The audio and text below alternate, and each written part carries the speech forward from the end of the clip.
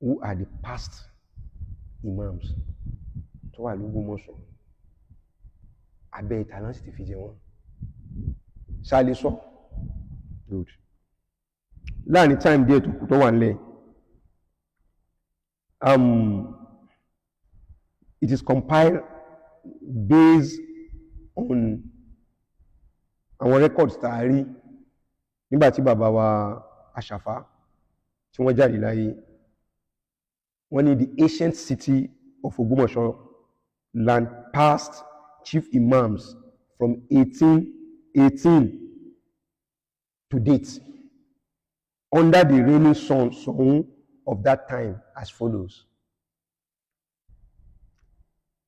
During the time of Al-Imam Sheikh Muhammad Nafiu ti ilé Abogunde, wọ́n reign ní abẹ́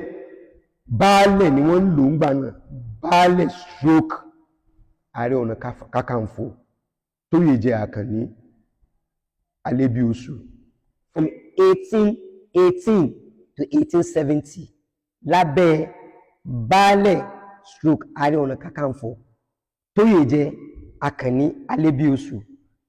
Tó yè jẹ́ Àkànní Alébíoṣù yìí àwọn lò ìgbà wọn láti 1811 di 1831, which means pé àwọn tí ń ṣe ọlá wọn lọ kí wọ́n tó fi àyè lẹ̀ fún pé lọ mọ́ lo mọ́sálásí a sì fẹ́ ní ìmáàmù nílùú. Àwọn ti bẹ̀rẹ̀ sí mọ́ lo ọlá wọn ní 1811, but bàbá Muhammad Nafiu bẹ̀rẹ̀ sí mọ́ reign as imam ní 1818 ní di 1870, but lábẹ́ bàbá wa tó yè jẹ́ yìí bàbá wa Nafiu wọ́n reign lábẹ́ wọn di 1831 ni. Nígbàtí bàbá wa baálẹ̀ táǹpẹ̀ ní Ṣọ̀ún ní ìsìn tí wọ́n fi fayé lẹ̀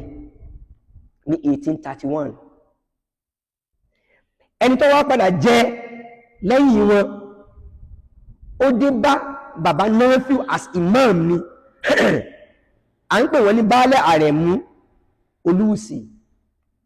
Àwọn èèyàn reign ní 1831 di 1840. Mo rí pé ń gbọ́ mi nígbà tó wá di bàbá wa yìí náà lẹ́sì tó wà ní imam tí bàbá wa baálẹ̀ tá ń lò ní Ṣọ̀ún ní ìsìn Jayéọlá Kélébé tí àwọn fi reign ní 1841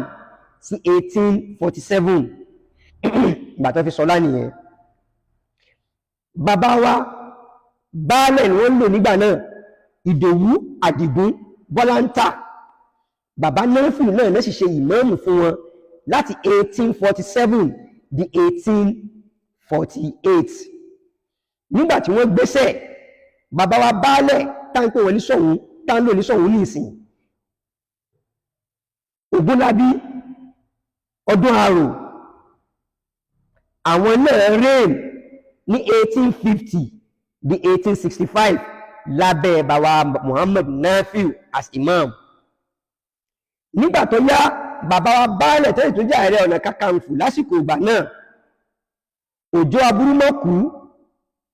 Àdìó 1865 sí 1869 náà fi ṣe baálẹ̀ Ògbómọ̀ṣọ́. Bàbá wa Nafiu àwọn náà ni ìmáàmù lábẹ́ wọn, kò síjà kò sí nǹkankan. Lẹ́yìn wọn la wá ní bàbá wa baálẹ̀ Àlàmú Ọ̀túnlá tí àwọn ṣe baálẹ̀ ní 1869, oṣù mẹ́fà péré ni wọ́n fi ṣe tó fi jáde láyé, just 6 months lábẹ́ bàbá wa Muhammad Nafiu náà sì ni. Lẹ́yìn yẹn náà ṣẹ̀ṣẹ̀ wá tó wá ní bàbá wa baálẹ̀ Gbágungbóyè Ondugbe Àjàmọ̀sá Ajagungbadé àkọ́kọ́ ní 1870. Ìgbà yẹn gangan ní 1870 yẹn ni bàbá wa Muhammad Nafiu ni wọ́n jáde láyé. ó wá kan bàbá wa Músé Imam Músé Músé Muhammad yìí wọ́n wá láti inú ilé òkú mọ́ èbó bọ̀tí nígbà náà Mọ́sífà ni wọ́n wà torí ilé wọn tó jóná lẹ́ẹ̀mejì kán fi ṣídìí wọn pé kán lọ rí mọ́ gbébẹ̀ òun kán fi tó parí ilé wọn ọ̀rọ̀ pọ̀ lábẹ́ ẹ̀yún tó láwọn ṣe ìlú suspension gbà náà kò jẹ́ tuntun àmọ́ wá wà lábẹ́ bàbá wa baálẹ̀ Gbágbógbóyè Ondugbe Àjàmọ́sà Ajagungbadé àkọ́kọ́ wọ́n wà lábẹ́ wọn ní 1870 tó fi di 1877 bàbá wa baálẹ̀ Láòyè Àtàndá Orúgbọ̀ngẹ̀gẹ̀ kejì ní 1877 sí 1892 wọ́n wà bá wa Músé wọ́n jọ wà pẹ̀lú wọn ni wọ́n jọ lùgbà ní kò síjà kò síta lẹ́yìn rẹ̀ àwa ṣẹ̀ṣẹ̀ wá rí Sheikh Gbàdàmọ́sí Adún àwọn náà wọlé sí déédéé ìgbà tí bàbá wa Láòyè Àtàndá Orúgbọ̀ngẹ̀gẹ̀ tí wọ́n fi wà ní ọba àwọn náà reign láàrin 1892 sí 1899 lábẹ́ ìgbà táwọn náà fi ṣe ìmáàmù wọ́n wà ní abẹ́ bàbá wa Láòyè Àtàndá Orúgbọ̀ngẹ̀gẹ̀ kejì ní 1892 to 1899 ẹni tó wá padà wá jẹ ní bàbá wa Sheikh Abdulrahman Bango ilé Bango àwọn náà wà ní abẹ́ bàbá wa Láòyè Orúgbọ̀ngẹ̀gẹ̀ kejì láàrin 1899 sí 1901 nígbà tí bàbá wa Orúgbọ̀ngẹ̀gẹ̀ kejì jáde láyé ẹni tó padà wá jẹ òun náà ni baálẹ̀ Ajíbọ́lá Elépo 1901 sí 1903 bàbá wa Sheikh Muhammad Àkànmú Abógundé tílé Abógundé wọ́n padà tún wá láti inú ilé Abógundé wá jẹ imam wọ́n wà ní abẹ́ bàbá wa baálẹ̀ Ajíbọ́lá Elépo ní 1903 di 1908 wọ́n lò wọ́n gbó wọ́n padà tó kọ̀ntínú ìmáàmù wọn ní ṣíṣe lábẹ́ bàbá baálẹ̀ Adégòkè Àtàndá Ọláyọdé tí ń ṣe 1908 to 1909 bàbá wa Sheikh Sanusi Mahmood ti Mẹ́sífà àwọn náà wọ́n reign lọ́ndà bàbá wa Adégòkè Àtàndá Láyọdé ní 1909 sí 1914 wọ́n tún reign lábẹ́ bàbá wa baálẹ̀ Ìtàbí Yàndé Ọláríwájú 1914 di 1916 wọ́n tún reign lábẹ́ bàbá wa baálẹ̀ Afọlábí Bello Àlàbí Oyèwùmí Ajagungbadé kejì ní 1916 di 1917 àwọn náà gbéṣẹ̀ lẹ́yìn ìgbà tí wọ́n gbéṣẹ̀ tán ló wá ṣẹ̀ wá rí bàbá wa Mahmood Àyìndé Ayílára láti ilé Ayílára Òkè Àgbẹ̀dẹ ọ́ndà bàbá wa baálẹ̀ Afọlábí Bello Àlàbí Oyèwùmí Ajagungbadé kejì ní 1917 sí 1919 mistake tí mo ṣe nínú bóyá àwọn ọ̀rọ̀ kan tí mo ti kọ́kọ́ sọ síwájú tí mo ní 1903 to 19 mi ò crime ẹ̀ sórí ni mo rectify rẹ̀ níbí yìí wípé 1917 sí 1919 ọdún méjì péré ni wọ́n ṣe àwọn ilẹ̀ aṣọ pé wọ́n kírun mẹ́ta ẹ fi jáde láyé lẹ́yìn yẹn ni imam wá padà wá lọ sí ilé Adúyí àwọn náà jẹ ní abẹ́ bàbá wa Fọlábí Bello Àlàbí Oyèwùmí Ajagungbadé kejì ní 1917 di 1933 kí ni yẹn tó yí padà lọ sílé bàbá ilé Bango tí bàbá wa Buhari Àmọ̀wó tí wọ́n padà tún ṣe ìmáàmù lọ́dà bàbá wa Oyèwùmí nígbà náà Oyèwùmí kejì láàrin 1933 sí 1936 nígbà táwọn náà gbéṣẹ̀ bàbá wa Imam Sheikh Maruf Alao nílé Abógundé àwọn ni wọ́n padà tún wá jẹ imam lọ́ndà bàbá wa Fọlábí Bello Àlàbí Oyèwùmí kejì àwọn náà reign láti 1933 sí 1940 nígbàtí bàbá wa Ajagungbadé gbéṣẹ̀ wọ́n tún continue as imam lábẹ́ bàbá wa baálẹ̀ Àmọ̀wó Oyètúndé ní 1940 sí 1944 bẹ́ẹ̀ náà lẹ́ṣẹ́ ṣe ìmáàmù wọn lọ tó fi jáde láyé ó wá fi kan bàbá wa baálẹ̀ Ọláoyè Òkè Ọláonípẹ̀kun tí ń ṣe 1944 sí 1952. Bàbá wa Maruf náà lọ́sì tún wà ń bẹ̀ nígbàtí ọba wa Ọlátúnjí Àlàó Elépo tó fi wà ń bẹ̀ ní 1952 di 1966. Bàbá wa Maruf náà lọ́sì tún wà ní imam nígbàtí ọba wa Ọlájídé Ọláyọdé tí wọ́n fi wà ń bẹ̀ ní 1966 sí 1969. Bàbá wa ọba Sàlámì Ajíbóyè Ìtábìyí náà ni bàbá wa Maruf náà sì tún bá wọn ṣe imam láàrin 1972 di 1973.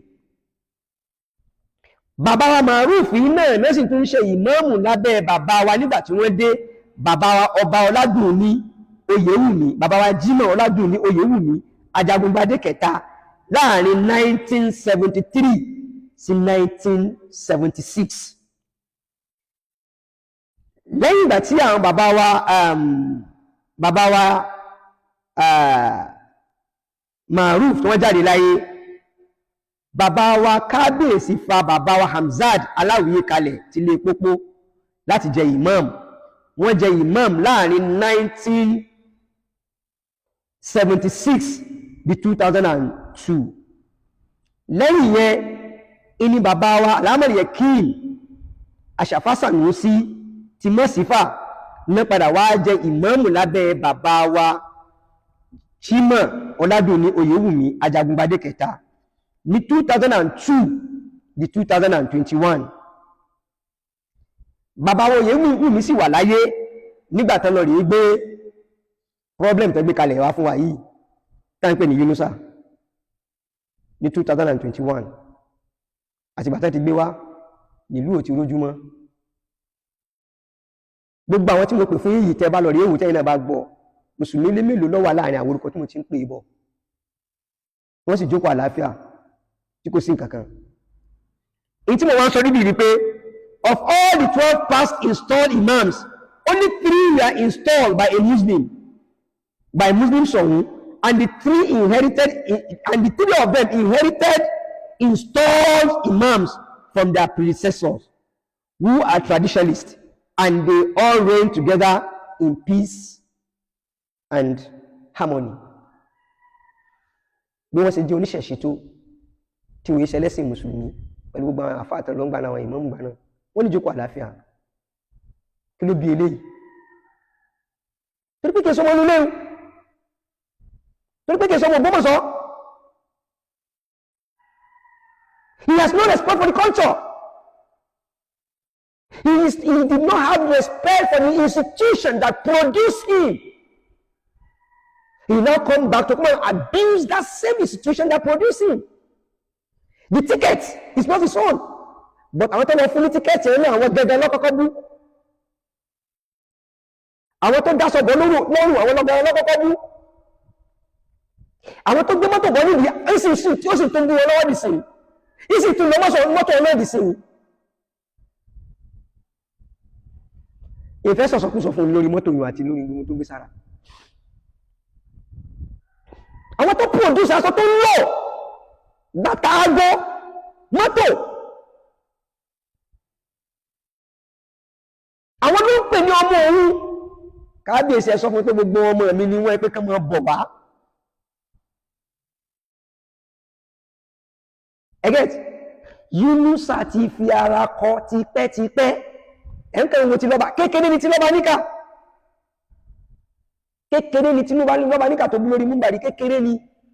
Ó lé mi ò jẹ́ nǹkankan lé ayé torí náà kí lẹ́ ń gbẹ́ni tí kò jẹ́ nǹkankan lé. Mo wá jẹ́ nǹkankan máa lé ọ lọ, wà lọ, máa rí yẹn. Torí pé lórí òdodo ni mo wà. Láàrin rẹ̀ pẹ̀lú rẹ̀, àwà àwọn tó jẹ́ lóòótọ́.